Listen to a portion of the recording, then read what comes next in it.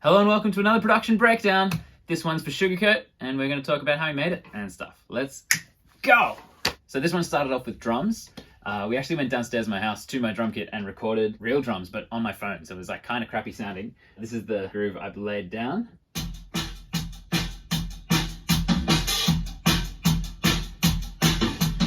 I wanted to have those toms in there, that kind of filly thing, but I didn't want them to be overbearing, so we cut out heaps of low end because there's so much sub in there.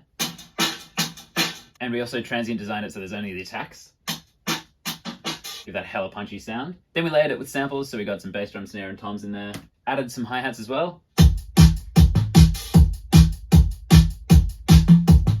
Yeah, we went really electronic with those tom sounds. Don't know where I found those, but they sound sick. And this little melody was actually a tom sample that I put into a sampler and played it on a piano, so blum, blum, blum. I put a bunch of weird delay things on it, and I think it sounds awesome. It's one of my favorite sounds. We wanted to add some shakers or something to like build it percussion wise, but instead of doing that, we added sliding his hand on the back of the acoustic guitar and we just mic'd it up and it sounds like this.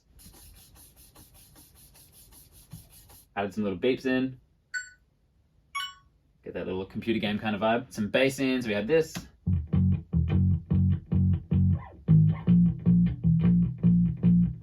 And the driving force of this song is pretty much the acoustic guitar that Jack laid down in some weird like open voicings.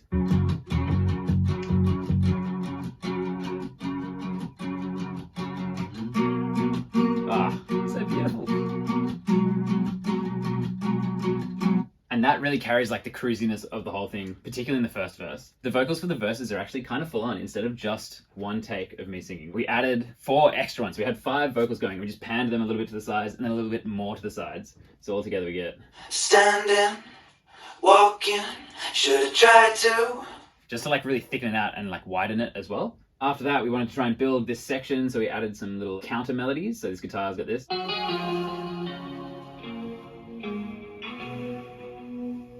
Which, if we take all that stuff off it,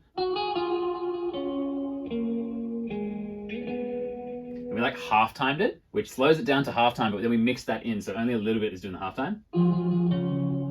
It's kind of a weird sound. And to help like transition into the next section, we had these chorus. Just something to push it over the edge. We also have this little toy piano melody in here.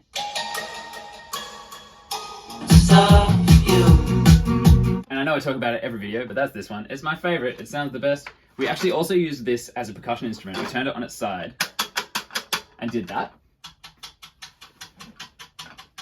And here's that little tom melody here.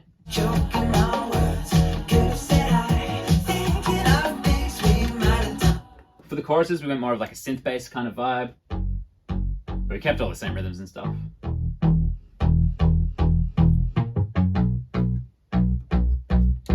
We also added this harp sound to fill out the choruses, to give that like kind of like pop bossa nova thing that we have.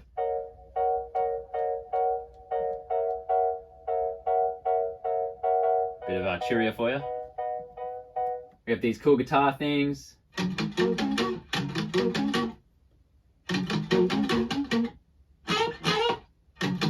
They don't quite line up. They sound really cool even when they don't like here.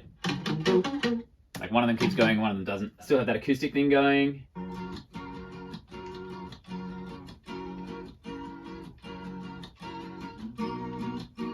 A few more chords.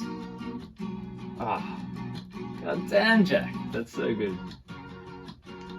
That really makes the song, I think. It's just it's so pretty. Great voice leading, well done. I also wanted to fill out that harp melody that we had before. Too much guitar was going on. So I wanted to sample each individual chord and layer it. So we have this.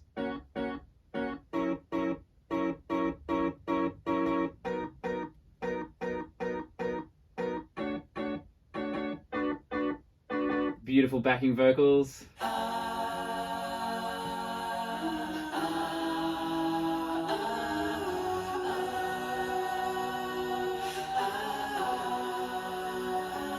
And a lot of those are quite out of tune, but I really like the character that they bring, being a bit dodgy and fun. I think that can feel very cheesy, and we like pulled it out in the bridge and tried to do it, but it didn't work because it was too cheesy. But the way that we dialed it in there, I actually quite like a lot. Bit of production fun time for this interlude. Automated some weird stuff to happen there. Sort of distorts and like messes up at the end. In the later choruses, we tried to build by adding that little guitar solo, but I wanted it to be like out of the way and sort of adding a presence. So we added this. We also have that guitar solo in the bridge, except it's really reverbed out. So we have, oh my goodness, so many things on it. So dry, we have this. So that's a bit of like fuzz distortion-y stuff. Cutting out all the lows because they're going crazy. Added RC20, which sort of makes it like really wobbly, and that also adds the bit crush in there. And I put a volume gate on, which means that if it drops below the line, it'll cut out and make the sound disappear. So then it sort of stutters, and like sometimes it'll be above the line, sometimes it'll be below. It's like trying to breathe but can't. Added some low octave with the halftime thing again.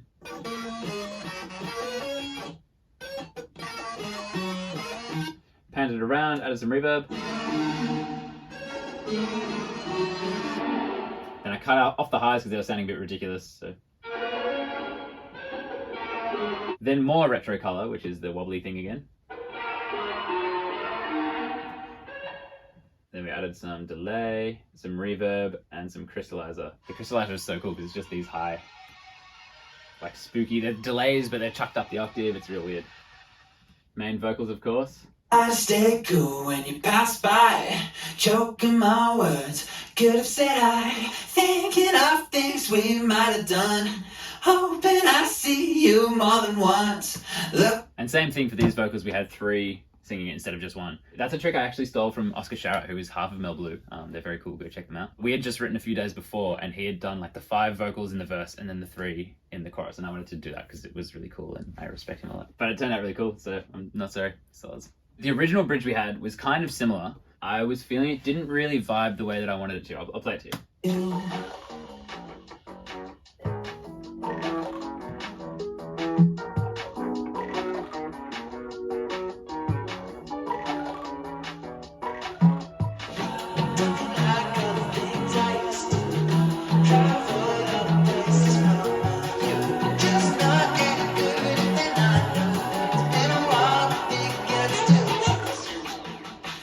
So it's similar, but it didn't quite have the right rise or energy to it. So I took that to Joel Quartermain, who was part of Eskimo Joe. We had like a little Zoom session because he was down in Melbourne at the time, and he just like ran a bunch of the parts that I played through his synths. He used a private and like added some more zesty things. He added these lines as well.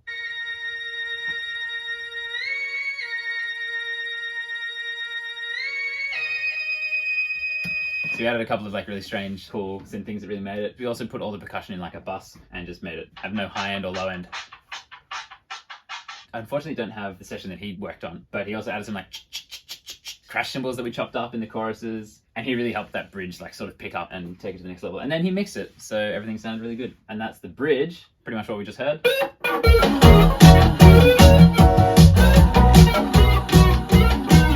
Sugarcoat all my fantasies. Same thing, but I chucked it up the octave as well.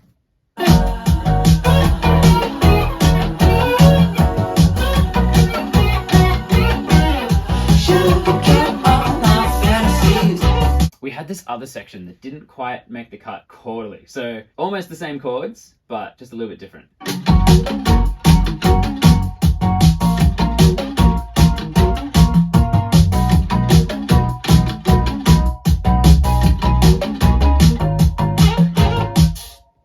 It sounded a bit too like uplifting and cheesy, so I wanted to save it for like a credit scene or something if we do a music video, which we will, so stay tuned for that.